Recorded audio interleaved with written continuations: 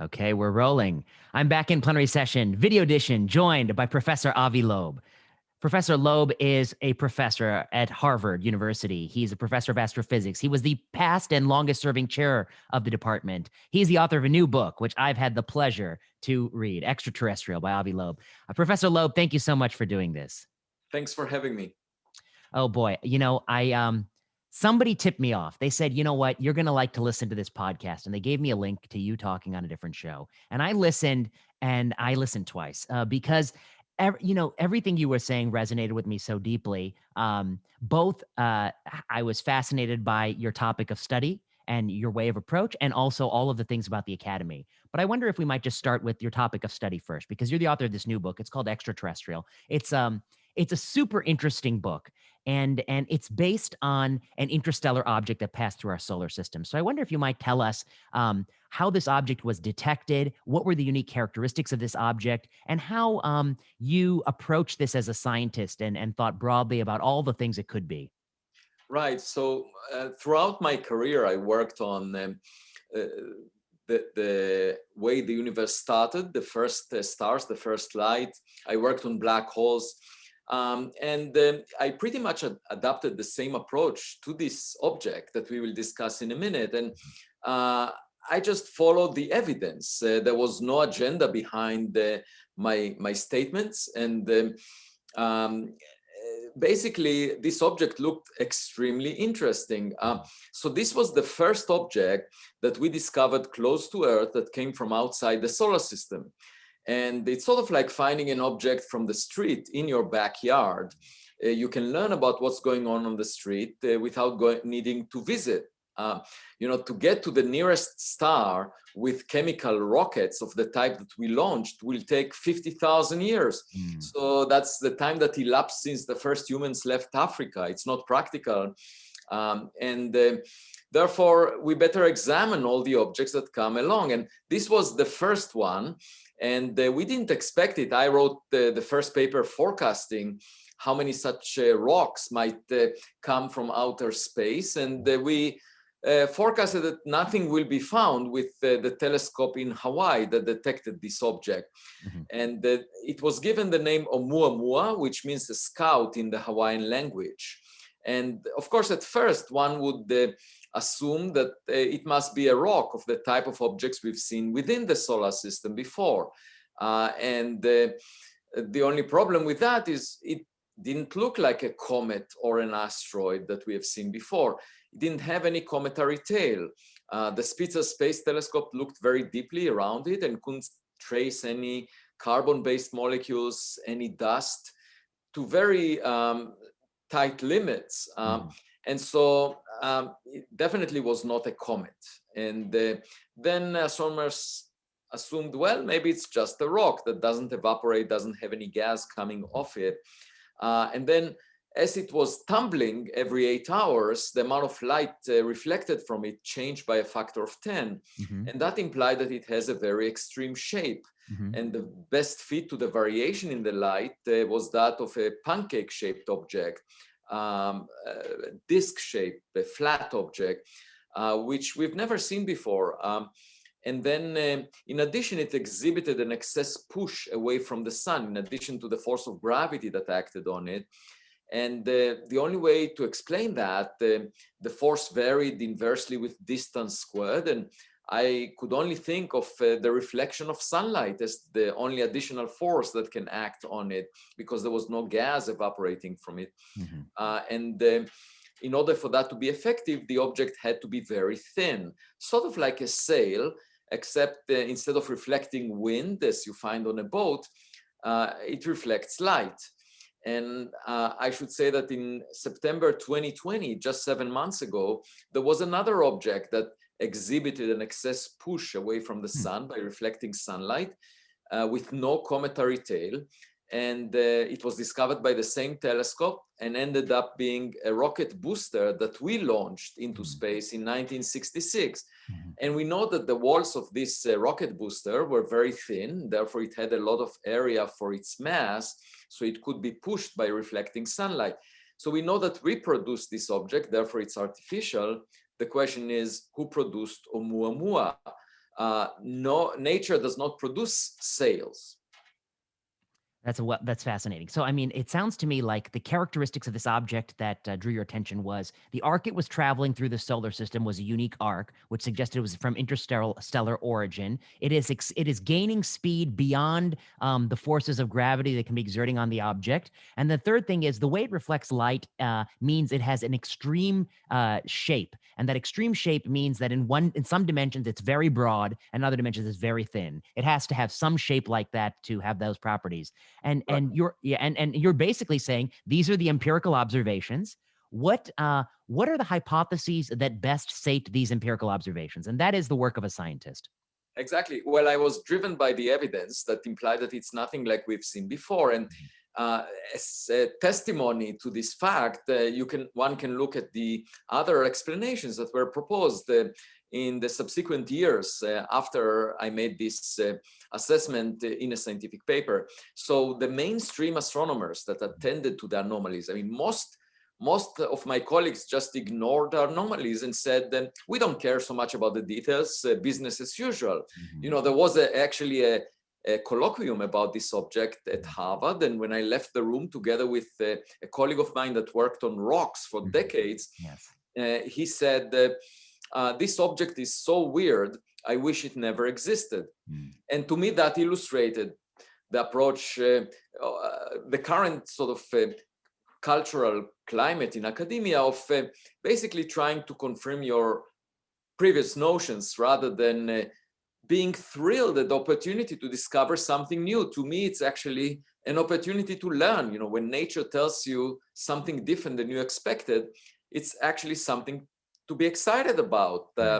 And the alternative explanations that were proposed by people that did pay attention to the anomalies were contemplating things that we've never seen before, such as hydrogen iceberg, a chunk of frozen hydrogen the size of a football field. We've never seen anything like it. But the idea was that when hydrogen evaporates, we wouldn't see the cometary tail because hydrogen is transparent. And the problem with that idea is that such an object would get evaporated very quickly while traveling through interstellar space and absorbing starlight and would not survive the journey. We showed that in a paper. Then there was a suggestion, maybe it's a nitrogen iceberg chipped off the surface of a planet like Pluto. And then we showed in a scientific paper a couple of weeks ago that it's also not a viable option because the mass budget just requires much more mass than we have in stars in the Milky Way galaxy, because the surface of a Pluto-like planet makes up a small fraction of the total mass budget of even Pluto. It's just the surface layer of a few percent of the size of Pluto. But then on top of that, you have so much mass beyond the surface of Pluto in the solar system or in other planetary systems that it doesn't really make sense. The mass budget doesn't make enough, even if you chip off a substantial fraction of all the surfaces of Pluto-like planets around other stars, you just don't get enough Oumuamua-like objects for the Pan-STARRS telescope in Hawaii to discover one of them within a few years of the size that we have seen. So this also doesn't work out. Then there was a suggestion of a dust cloud, a cloud of dust particles that are loosely bound so that it's very lightweight and can be pushed by reflecting sunlight, sort of like a dust bunny. And the problem with that is that it will get heated by hundreds of degrees when it gets close to the sun, and it doesn't have the material strength to withstand that heating and maintain its integrity. So in each and every case, there was a major flaw, major issue, and these were the possibilities put on the table as a natural origin. And my point is, if you have to contemplate something we've never seen before for a natural origin, then why not leave on the table the possibility of an artificial origin? But for some reason, my colleagues had a very emotional reaction to this and simply did not want to consider that possibility. And some of them attacked me personally on this ground, just because I'm suggesting to consider that possibility. I see. Just to reiterate the facts of this object that make it unique. The arc was unusual. It's gaining speed. It has a unique ratio of shape, and it's not shrinking in size. That's the other point. That as you observed it passing, it's not diminishing dramatically in size. Well, in order to explain this excess push, it had to lose about a tenth of its mass if I it see. was a comet, and that's a lot. And usually, when a comet loses mass, it does it. It changes its spin period, the rotation period. It also has a jitter introduced to its orbit, and also ice stops sublimating beyond a certain distance from the Right. sun. Mhm. And we haven't seen a sudden drop in the force acting on this object. It I was see. very smooth with distance, I see. even beyond the distance that water ice sublimates. I see. Uh, Interesting. so Okay. it was quite unusual. And then this object also came from a special frame of reference.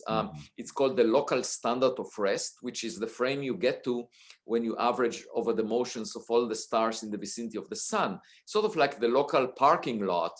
And the sun, of course, moves relative to that frame at 20 kilometers per second, just like any other star. But this object, Oumuamua, was pretty much at rest in that frame. Only 1 in 500 stars is so much at rest in that frame. And if this object came from another planetary system, it should have inherited the motion of its parent star, but it didn't move in that frame. So that's another very peculiar fact about this object. Altogether, there are about 6 of them, and I list them and explain them in my book. Yes.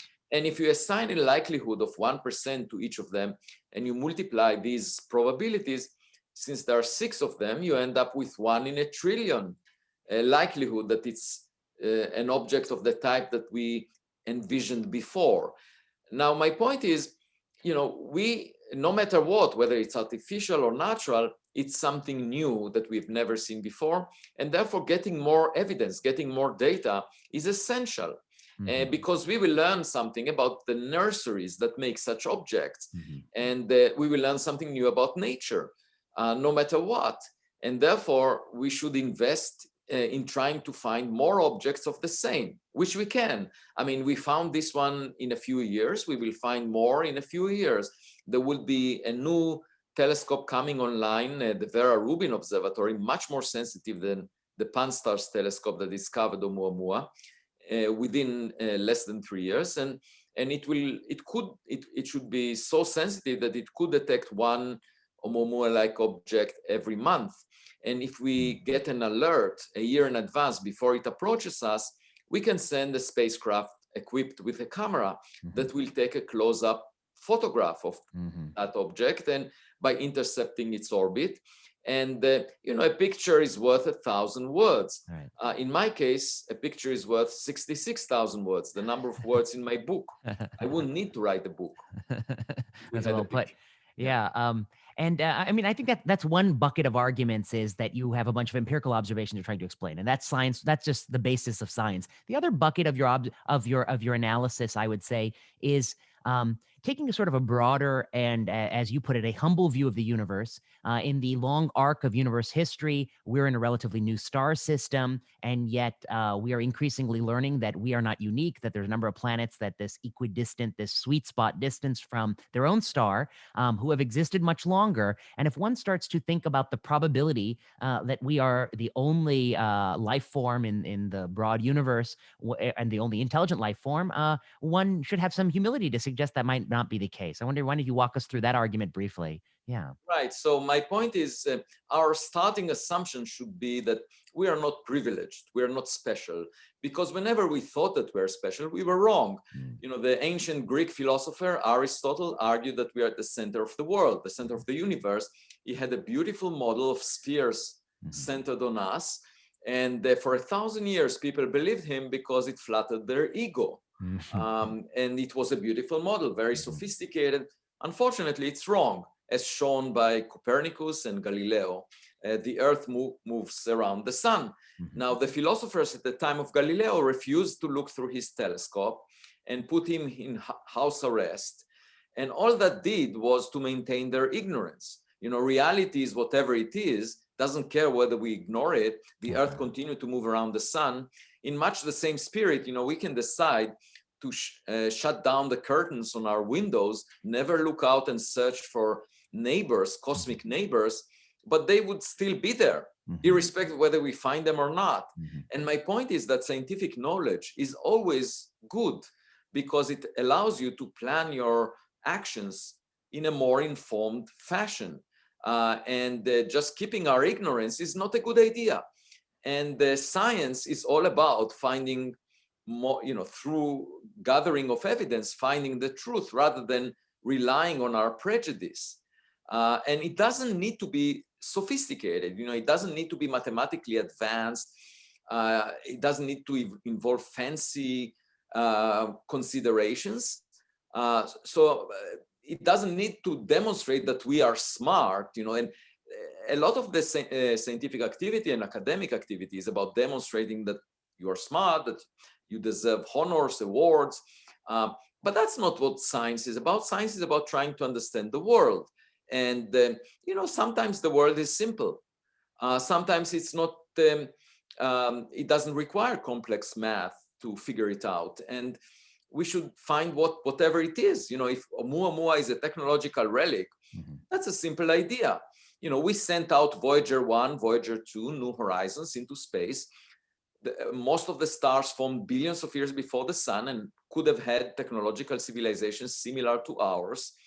And therefore, even if they perished by now, they could have sent equipment into space that we could find. I call that space archaeology. We can search for those relics. And the best approach is to stay modest, not to assume that you know the answer in advance, not to be motivated by your ego to demonstrate necessarily that you are smart, or just look at the evidence. If it looks anomalous, let's find more evidence to figure out what nature is telling us. Science is a dialogue with nature. You have to listen to the evidence. You can't always assume that you know the answer, because often it makes you even more ignorant. I say extraordinary conservatism leads to extraordinary ignorance. And I can give you an example. I visited Mexico a few years ago and went to Chichen Itza, which is an ancient city that was occupied by the Mayans. And the tour guide was bragging that astronomers in the Mayan culture had a very high status. They monitored the sky, and politicians at that time, the leaders, thought that by knowing where planets are or stars are, you can forecast the future. You can tell whether a war will be won. And they just had the wrong idea. But as a result of it, they elevated astronomers to the highest social status. They were called the astronomer priests. And they collected exquisite data on planets and stars on the sky. Now, since they were motivated by this idea of astrology, they didn't look at the data in different ways. They just assumed that it can be used for political purposes. And as a result, they didn't discover Newton's law of gravity. And, when you look at kids, what they do is, they take an object and they start looking at it. They turn it around, look at it from all directions. That's a process of learning. We tend to think that kids are doing that just for fun, but in fact, they are learning by looking at the object from different directions. And as scientists should also look at any data set from different directions, rather than assume that we know the answer in advance and use the data to justify the prejudice that we have. That's well put. So this is where I really wanted to talk to you about, because you're in the astronomical sciences, one type of science, very important science, a science where you gaze up into the heavens and you think about very deep, profound questions, using all the tools of humanity, including science and mathematics, to think about that. I work in medicine. It is a different type of science. We're starting in the same place. We're starting in our brains and with our reason. But we in medicine, we look inward.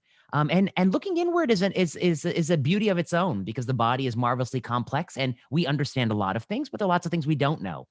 And some of your thoughts, I think, on the culture of inquiry and science, I think, are transcend, even your field and my field. They apply to all fields, and I wonder if we could talk about that. Right. Yeah, really interested me. I'll say a few and maybe get your thoughts on it. You know, one of the beauties of science, and use the analogy of a child approaching a question, is that they enter it into without preconceived notions, open-minded to a range of possibilities. But one of the realities of academic politics and of science, the human pursuit of science with our hierarchies and cultures, is that some ideas become heretical, become ideas that you ought not think about, you ought not explore, because they may not have the right sort of social or political overtones. It varies throughout history. It's been different in different times. And yet, you are somebody who tries to remove yourself from that as much as possible and think with the curiosity of a child. We have it in medicine too. We have so many, longstanding dogma that it took a brave and sort of subversive person to question. I wonder if you might talk about that and how, what is it about that process of being a scientist, where to be a good scientist, you kind of have to you have to believe what people tell you, but also ignore them to some degree. Right. It has to do with removing yourself Mm. from this pursuit of knowledge. It's not about us demonstrating that we are smart. It's more about understanding the world, and that's the way kids approach it. It's a learning experience, right? So the kids are willing to get bruised. They put skin in the game. Uh-huh. They bump over objects, and it's not an issue if they are wrong. They learn something from it. And scientists should do the same. And I was asked by the Harvard Gazette, the Pravda of Harvard University, what is the one thing I would like to change about my colleagues? And I said, I would like my colleagues to behave more like kids, because something strange happens to these kids when they become tenured in academia. You would think that the purpose of tenure Mhm. is to give you job security so that you could take risks and innovate.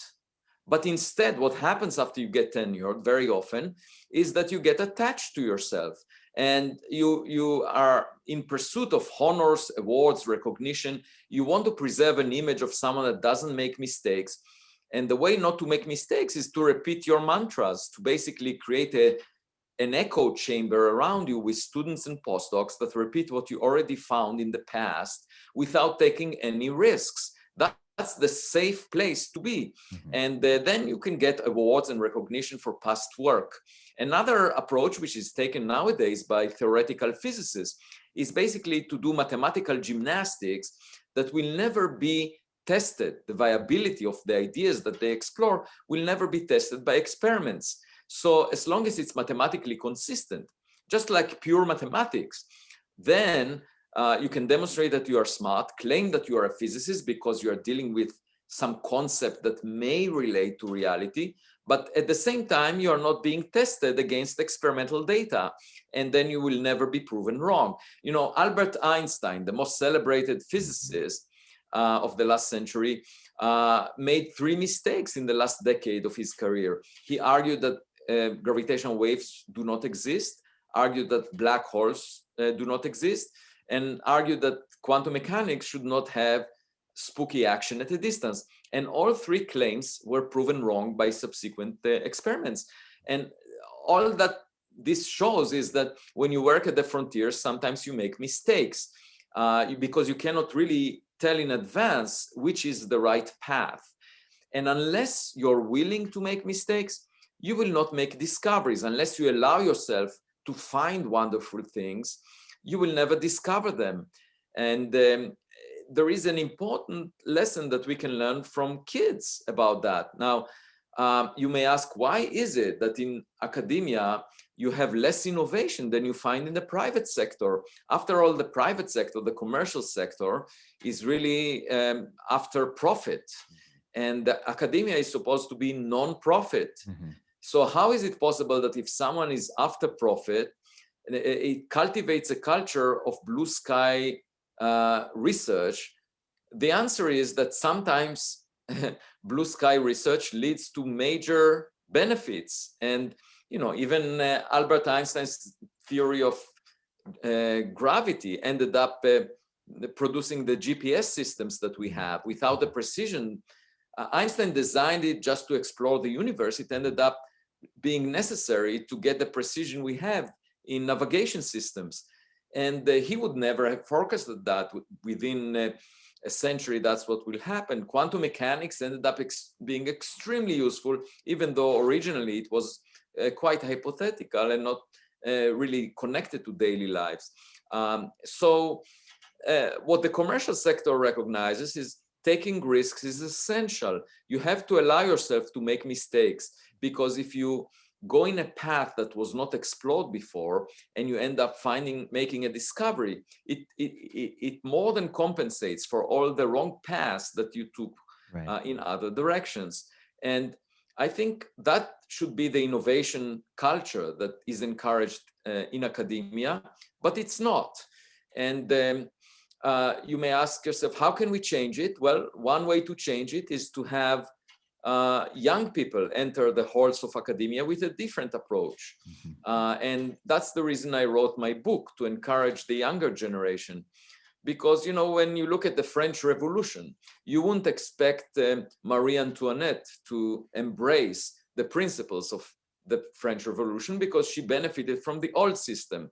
So the current culture benefits some people that are conservative, that created this system, and they will not change it, because any change would mean that they would lose their power. The analogy that I see between, you know, what you talk about and my sphere of work is, you know, you make the good point that you only get so far in astronomy thinking about, or in physics thinking about things without empirical data.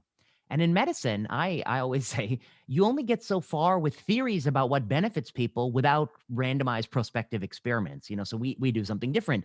But we, over and over in the history of medicine, there are people who come and they say, I know the ticket for whatever malady, whatever ailment, whatever problem. Just do this. And in fact, I've done it in 50 people. They're doing better than how I'd expect them to do. Of course, this is the way forward. They use their charisma that way. But they don't ask that question that a scientist would ask, which I think is, well, what if you assign them randomly to this or the thing you're usually doing, and let's see what happens? In your line of work, it's you start with the data before you theorize. In our line of work, we theorize, and sometimes we collect the data on the back end. But they're both similar in the sense that thinking without data is not you can only get so far. You need data, empirical data. I wonder if you talk about that. Yeah, I think that's essential, because, I mean, let me illustrate that with an extreme example. There are some people that argue that, you know, we live in a simulation, or other theoretical physicists argue that we live in a multiverse, which we cannot access because it's outside the region that we can observe. And, you know, to me, that sounds like hallucination, because if you can't test it, I mean, it's like being high on drugs in a way, because let's imagine that we are the wealthiest people in the world. That's a happy thought, and it's a beautiful thought. And, you know, we can be very happy thinking about it. But then when we go to the ATM machine to cash out on our dreams, we will find out that we cannot. So that's equivalent to doing the experiment, right? That's getting feedback from reality. And it's really essential. It's not a nuance. It's not just another detail that you add to the equation. It's actually the essence of being real, the ability to get feedback from reality and to check whether your idea is right or wrong. So I had a very short debate with Brian Greene about string theory, for example, a few weeks ago, where I asked him what, you know, the community of string theorists are not putting skin in the game. They are not making a prediction that if it's proven wrong, could falsify string theory. Right. They would obviously say that everything they do is consistent with what we know, but actually putting skin in the game means that you say, if you find this in an experiment, it will show that my ideas are wrong. Right. That's the key.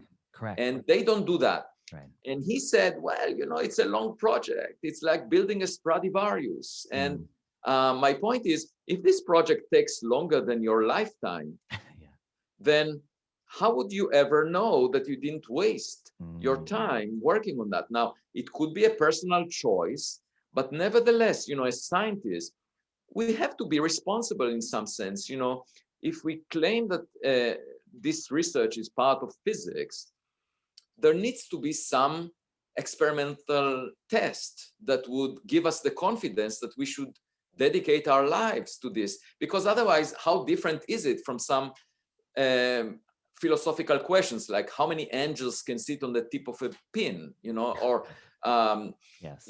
to me, Science. in a way, I mean, I can even take it to be more extreme. It's, Bernie Madoff promised a lot of people to give them more money than they give him, right? And that was a beautiful idea. And people believed him. He was very convincing. And eventually, when they asked to cash back their money, he couldn't deliver. Yeah. So what was the outcome? He was put in jail. Now, obviously, if during his lifetime, nobody would ask for the money back, yes, then this idea would have been very satisfying, both to him and to them. Yes. So experimental tests, putting skin in the game, verifying whether your ideas are right or wrong, is not a nuance. It's really the essence of doing science. Yes, I agree. And without getting too much on a tangent, but I think, this last year has been very eventful and there have been many, many things done. And some of those things that they'll forever be uncertain as to their full effect size. And I think that's a shame. But I wanted to ask you about this idea of, among scientists who are very smart, there are people who I think I certainly have deep respect for. I think they're very bright. They're very smart. But many people succumb to holding views and beliefs very consistent with their peers. And I think about all the personality traits that go into being a good scientist. And I think being intelligent, being meticulous, being willing to admit you're right, willing to admit you're wrong, those are all key traits. But the other trait that always slips into my mind is the trait of defiance. And by that, I just simply mean that, sometimes many people who are defiant are wrong. That's sure. But you need a few people defiant to at least offer alternative ideas and explanations. And that is a personality trait that all of the things we do in the academy to get to this position, the chair you once held, they weed out that personality trait. And yet that's sometimes the most crucial. I wonder if you might talk about that. Right. Yeah. Yeah. So the analogy I make is with seashells on the beach. When they rub against each other, eventually they become indistinguishable, even if they start from being very different from each other, having different colors, different shapes. Once they rub against each other because of passing waves, those seashells break up into indistinguishable grains of sand. And if you were to rub against people throughout your career, you will become indistinguishable and from all the other grains of sand. And that's what happens on social media. That's what happens in the culture where you need the approval of committees for your views. Yes. But the whole point of tenure in academia is to say, here is a milestone. Beyond that milestone, once you reach that milestone, before that you depend on committees. After you reach it, you don't. You should be able to speak out, to take risks, and to deviate from the beaten path. Just like Robert Frost said, that there were two paths that he could have taken in the woods, and he selected the one that was not taken by others, and that made all the difference. And so you should be allowed to take that path without being ridiculed on Twitter, without being looked at as if, what is he or she doing? How is that, without the papers being rejected just based on what the groupthink is about. And, that's, I think, the lifeblood of innovation. It's the lifeblood of discovery. I can give many examples of ideas that were unpopular at the time when they were conceived and ended up changing the face of astronomy or science more generally. One of them is the existence of planets around other stars. That was ridiculed when I was a postdoc. And another is gravitational wave astrophysics that won the Nobel. Both of them won the Nobel Prize recently in recent years. And there are many more. Quasi-crystals is another one, a Nobel Prize in chemistry. 2011, was ridiculed by the mainstream. And there are many examples like that. And you somehow have to persevere. But my point is, for any baby that was born despite of the ridicule, Right. there must be a lot of babies that were never born. Right. Ideas that are relevant and correct that were dismissed by the mainstream. And that's where we lose, because the progress of science is slowed down. And you want an environment that cultivates innovation, that doesn't punish people for deviating from the beaten path, that actually provides awards or funding. A fraction of the funding should go into channels that are risky. Right. The argument of selection committees is usually, we don't want to waste taxpayers' money by funding risky propositions. That's exactly opposite to what the commercial sector is saying. Actually, you do want to allocate a fraction of the funding in that direction so that it will pay even more for the rest of the effort that is boring and uninteresting and doesn't really pioneer anything. So that's the change that one needs. And so what is wrong and how can we fix it? Well, I think, first of all, there should be a recognition that a fraction of the funding should go into risky propositions. There should be more rewards given to people that dare to think differently, rather than rewarding people that maintain the mainstream. And there should be a change in the culture. Just like in basketball, the coaches often say, keep your eyes on the ball, not on the audience. In much the same way, people in academia should say, let's look at the evidence, not at each other, rather than, it's not an issue of being popular. That is a lesson you learn from the days of Galileo, from Einstein. Einstein, there was a book in the early 1930s that was titled 100 Authors Against Albert Einstein. It was in German.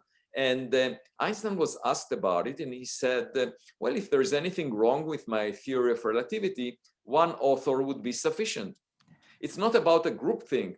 You should be able to express the argument on your own. Yes. That's the way science is done. It's seeking truth by looking at the evidence from different directions. And especially, a lot of the innovation comes from young people, you see. And the real problem in the current culture is that it discourages young people from deviating from the beaten path.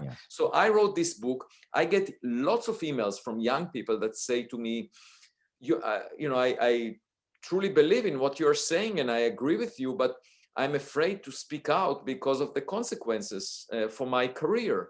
And some even tenured people are telling me that. And that should not be the case, because every time you ridicule someone that deviates, you are basically suppressing innovation of many other people that look and measure what the consequences might be for them if they deviate. And it's sort of, the psychological method that is used by cults or by groups that want to maintain discipline. Really, science is not about discipline. Science is supposed to be about, thinking openly about possible interpretations of the evidence. Yes. So, I mean, that's very well said. And, one of the things you said about your field, of course, were there were people who had ultimately meritorious ideas that were ridiculed in their time, and they turned out to be right. We have that too in medicine. We have it to some degree. I mean, there's a class of drugs that have revolutionized cancer. There's checkpoint inhibitors. You go back 15 years ago, and the guy who won the Nobel Prize 4 years ago, Jim Allison, he said he couldn't get funding. People laughed at him. That's what he's told me. We also have the flip side, where there are many things we did in the name of health, throughout the history of medicine, many things we thought were making people better off, and they turned out not to work. And actually, the interesting thing about medicine, of course, is that there are more ways of being dead than there are of being alive. And that of all the things you could do, you're much more likely to harm something, the exquisite product of evolution, than you are to improve upon it. And so if you were to bet, you'd bet against somebody and you'd bet that the thing you're doing that's never been proven actually doesn't work. I mean, and that's a lot of my work.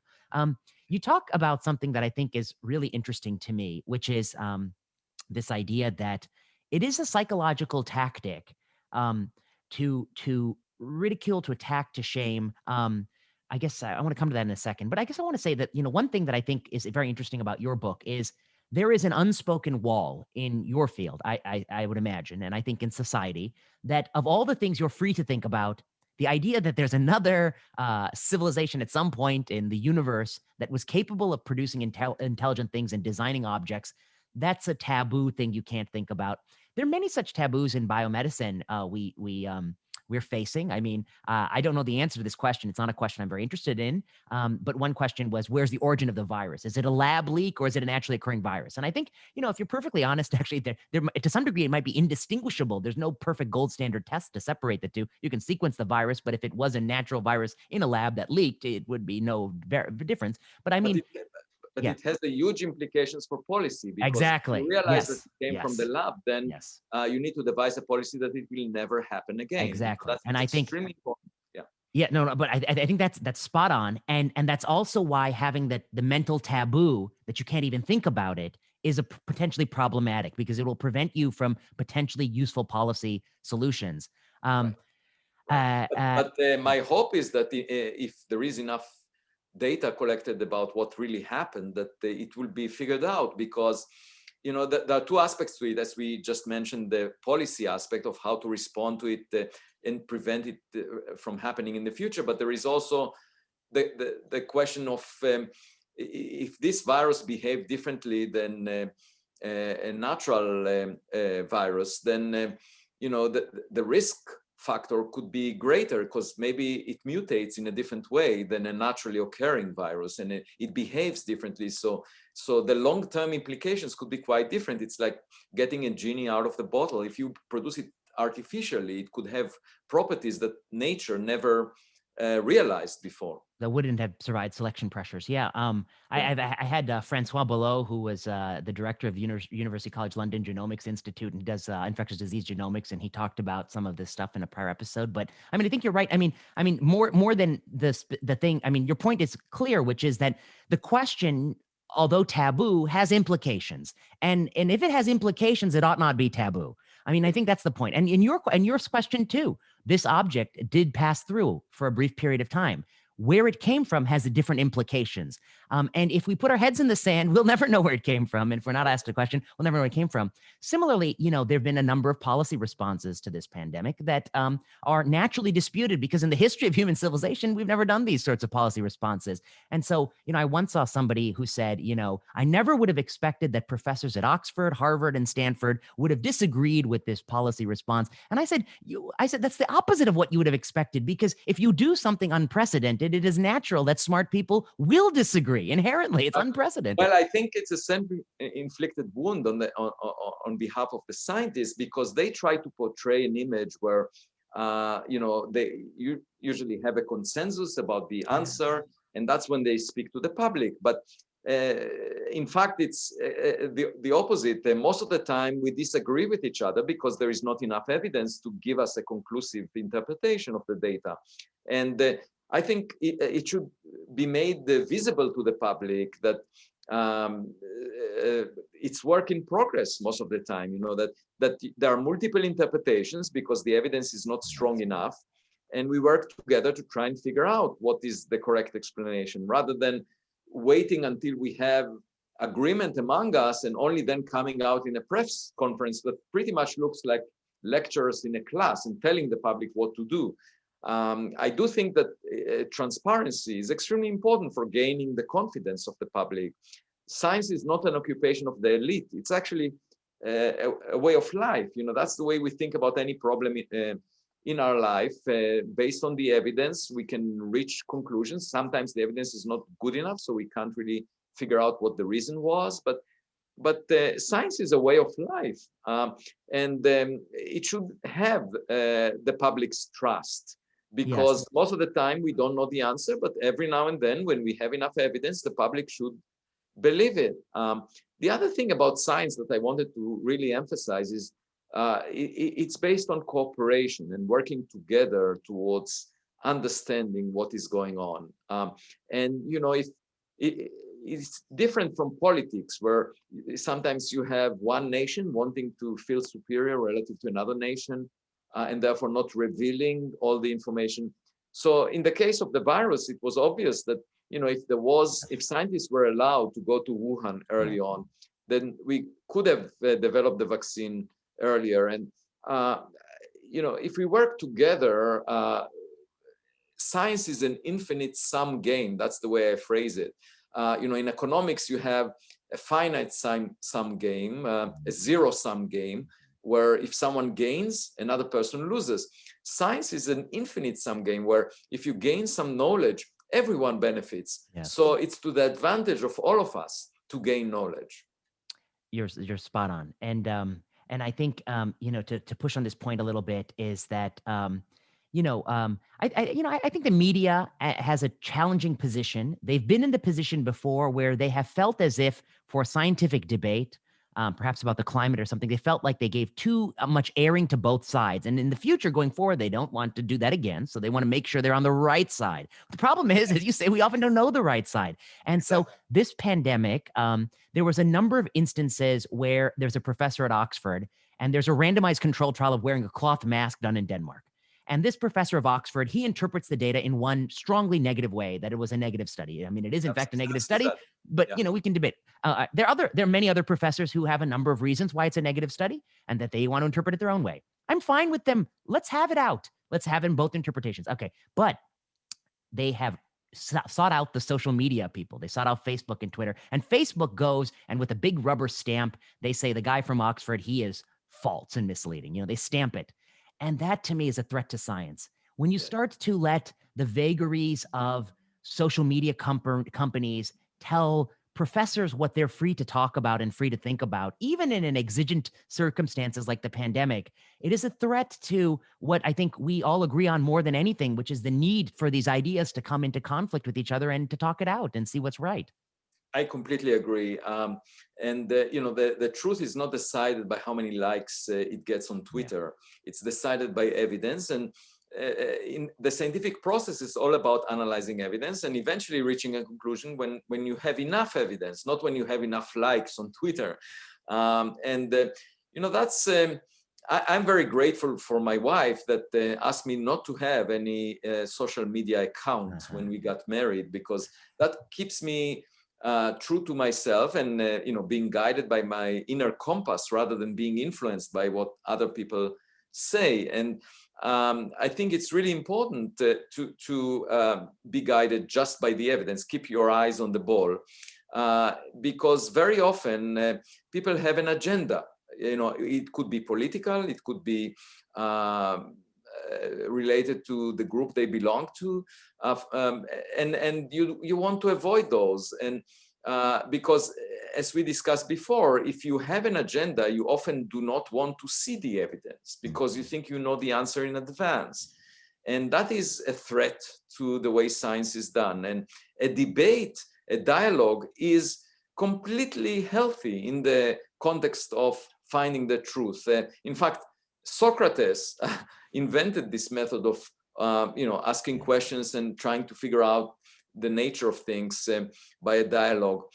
Unfortunately, he was judged as being a risk to the education of the youth and asked to drink poison. But it shows you that things, nowadays the poison is in the form of the cancel culture, on Twitter. Right. Reputational damage is the poison, is the hemlock. Yeah, and it really should be up to the evidence and up to a dialogue to figure out the truth. We should all work together. It should not be about personal attacks.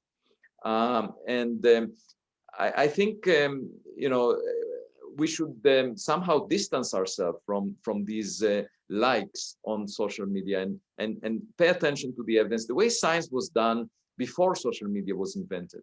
That's well put. I want to ask one last question. I know time is almost up. My last question is, in medicine, we take care of people, and inevitably, despite our best intentions, something doesn't go well and something bad happens to someone. And over the last 200 years, even longer, there are these certain types of conferences we call morbidity, mortality conference, where a doctor gets up there and they say, this is what happened to somebody I took care of. have at me. Tell me all the things that I might have done wrong, where the mistakes I made, what I might have done better. They agonize themselves, and I've been there too. You agonize thinking in retrospect, could I have done anything differently? Did I miss something? Did I make a cognitive error? Did I anchor onto an answer when I should have kept an open mind? You ask yourself all these things. We do this in medicine, of course, because the number of instances where we're confronted with a choice with this implication is in the, maybe that 10,000 a year. I mean, it's a certain number. I'm very curious about your line of work. I mean, you're somebody who's thinking about the universe, the stars, and yet, there's surely a chance that you have found in your career, maybe for a period of time, you were in a wrong way of thinking, or later you saw there's something incorrect about your approach or your thoughts, and you must also agonize, just as we agonize, about how you might have seen it sooner, how you might have avoided that cognitive trap. But I just wonder if you might talk about that process in your career. What are those? What does that look like for an astronomer? Yeah, Astrophysicist. that's a very interesting issue because I remember that when I served in the military, I grew up in Israel. The pilots, after every operation, they gather together and talk about the mistakes they've made, because the goal is to figure out how to correct it so that in the future these mistakes will not be made. And so it serves a very important purpose of just looking back and being frank about it, about all the mistakes made. It's a process of learning, right? Now, when you combine it, instead of the military, let's shift to academia. In academia, there is a lot of our actions that are guided by our ego. We are trying to gain reputation, to demonstrate that we are smart, and that often is accompanied by denial. So I can give you some examples. The subject of gravitational wave astrophysics, that's a new way of learning about the universe. So usually we collect light with telescopes, and that's how we learn what is out there. But in 2015, there was a new experimental way of looking at the universe that was demonstrated for the first time, and that is gravitational waves. It's ripples in space and time, and you need a very delicate experiment containing lasers to detect those small ripples in space and time that are created by the collision of two black holes at the edge of the universe. Okay. And that was demonstrated in 2015. But just a couple of years earlier, I gave a lecture on this frontier at the winter school.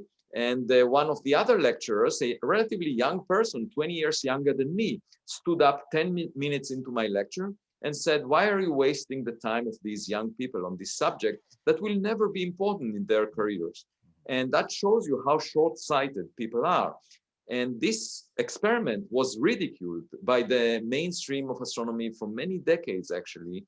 And it was funded thanks to a visionary administrator or administrators in the National Science Foundation. It cost $1.1 billion. And to me, so I would have expected those that opposed this project to admit that they were wrong after the fact, because we saw gravitational waves, the Nobel Prize was awarded. But instead, what I saw is people saying, "Oh yeah, of course, why not? Yeah, it's great, let's celebrate." So I didn't see much of the response of people that say we were wrong, let's be more open-minded in the future. And the same was true in other circumstances. We don't have time to get into that, but in academia, at least in my field, I don't see people that made one statement early on, ridiculing a subject, and then the subject blossoms and demonstrates that they were wrong, coming back and saying we were wrong. What I see is them saying, "Oh yeah, that's great, good to see it." Well, there's and that. I mean, yeah. Part of it is because you want to protect your image. You don't want to admit that you. But if you go back to this example of the pilots, it's really important, because if you admit that you were wrong, then you change your attitude towards the next frontier that looks, challenging right now, and you allow yourself to be a little more tolerant. Be more open-minded. And if you don't admit your mistakes, you will never change your way. Fascinating. I mean, I think there's this old joke that, if, everyone, first they laugh at the idea, then they're angry about the idea, and then they said they knew it all along. And it seems some of that is the case. I think, I guess medicine has an immediacy. The immediacy of you take care of somebody, something bad happens in 24 hours, 48 hours. It's hard to evade that confrontation that it was related to what your action is. But in my research career and in your research career, the distance is there. I mean, there's a distance from the visceral reaction, the person saying, "Oh, why are you wasting our time with this?" And the experimental evidence may come 5, 6, 7 years later. And then in that time, they may have revised their own history in their own mind, the way we do to protect our own ego, as you describe. Exactly. And I Exactly. think, And also the other aspect is that it doesn't have immediate influence on people's lives. no, You see, in medicine, yeah, people can die. yes, It has yes, so when you have a remote notion that is not in contact with people's lives, you can pretty much wash it aside. As you, you can just ignore. yes. I mean, nobody would notice, so to speak. I And think you're right. I mean, we yeah, as creatures, we're evolved to have intuitions about actions that have immediate reaction in days, on the orders of days. We're evolved for certain probability events that we have a very good sense of it's going to rain tomorrow or not. We're very bad at 1 in 100,000, 1 in a million, 1 in 10 million, 1 in a trillion events. We have a bad way to conceptualize. We right, have a bad way of thinking about things at tremendous distance in time and in space. And we right. have a bad way of imagining the things that are beyond what we are familiar with. And I Yeah, think and that, that explains why we are not taking the political action necessary to deal with the climate yeah, change. And that also explains why we are not thinking about the sky very often, yes, even though it can come to haunt us. That's the bigger environment. To me, that's the scientific question of whether we are alone, whether we are the smartest kid on the block. That is the question for which the answer would have the biggest influence on our lives, because it's not just problems we have here on earth. It's going much beyond that, and we have to recognize who our neighbors are, because it will change our perspective about our life, about our aspirations to space, our religious philosophical beliefs. So I really think that thinking about the bigger environment is extremely important. The example that I often give is the dinosaurs. They had huge bodies. They were dominant relative to their environment. Nobody threatened them. They ate their grass and had their ego boosted on a daily basis. And then one day there was a rock the size of Manhattan Island that showed up 66 million years ago, mhm, and hit the ground, and then their ego trip was tarnished mhm, abruptly, mhm. and it basically killed the 3/4 of all life forms on earth. And so my point is, for a while you can be proud of yourself, you can be ego-centered, you can worry only about the grass that is under you, and you can feel quite arrogant relative to things around you.